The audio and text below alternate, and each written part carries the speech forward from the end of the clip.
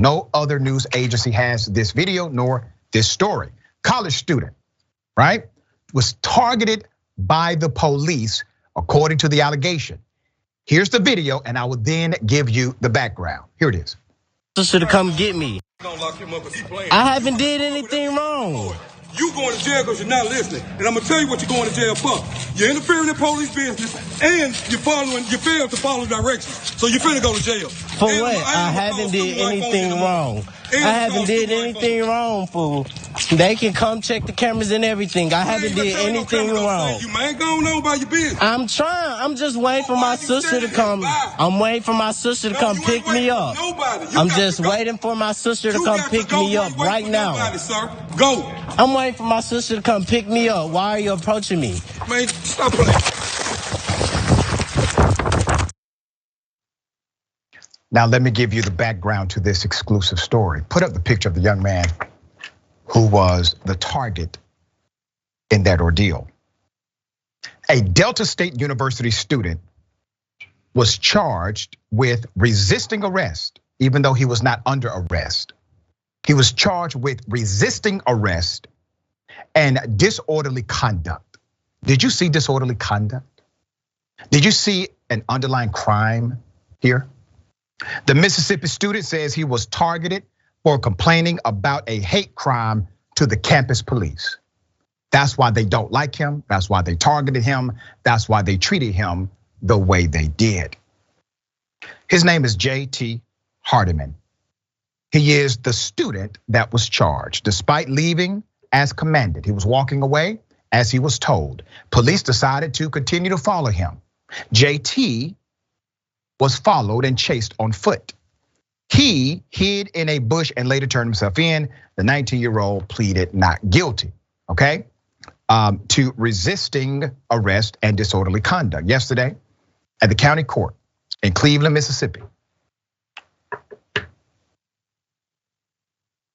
students think Jay was targeted. These are his peers. They said, and I quote, "I think they did target JT because they didn't like him speaking up to the police. JT is very outspoken, and the police did not like that.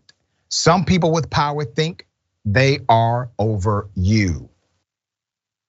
Let's put up the police report.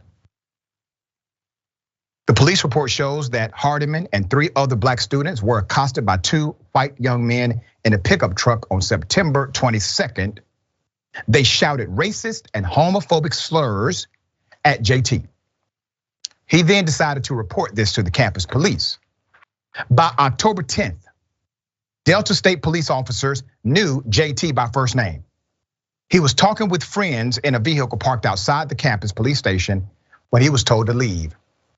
The student continued, and I quote, "They said he was interfering with police business, but there was no police business because they were already letting us go when JT rolled up." Okay. Now, I want to also bring up the interim president of the institution. We have president of Delta State, E.E. Caston, right? Buck stops with you, sir. You're the person currently in charge. Don't know if you'll be there long. Don't even know if you want to. But while you are there, this is now your responsibility. Let's go to the chief of police for Delta State University.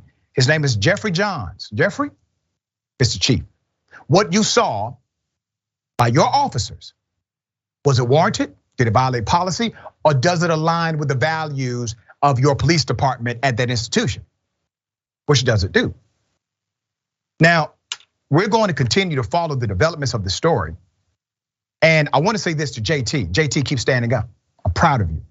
And if you need some help, if you need an attorney, please reach out to me right here. I will make sure you have one in your state, guaranteed. Do not allow them to silence your voice. This is exactly the level of transparency we need. We need individuals like you to always feel empowered to speak up and speak out. And I will support you every day of the week. Ben, thoughts on this?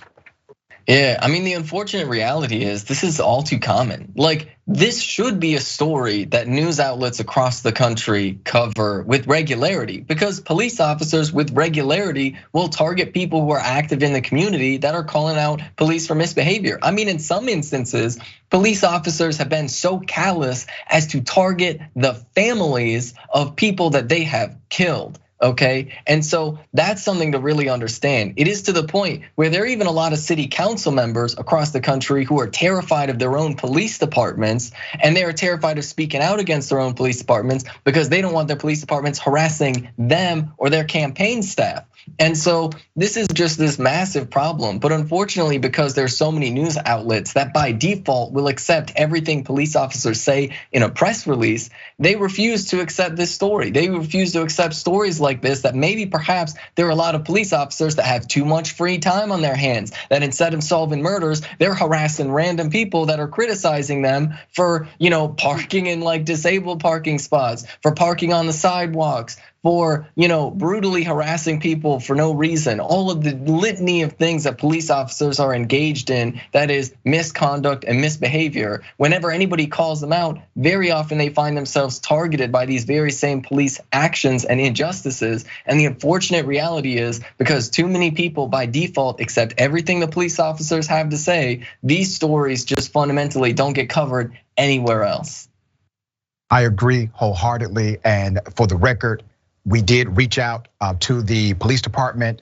We requested comment. They have declined to do so as of now. And we have a lot of cops that contact this show off record. They want to remain anonymous. Why? Because they are afraid of their own colleagues. So they are afraid of the police, and they are the police themselves. How do you think citizens feel when it comes to police interaction?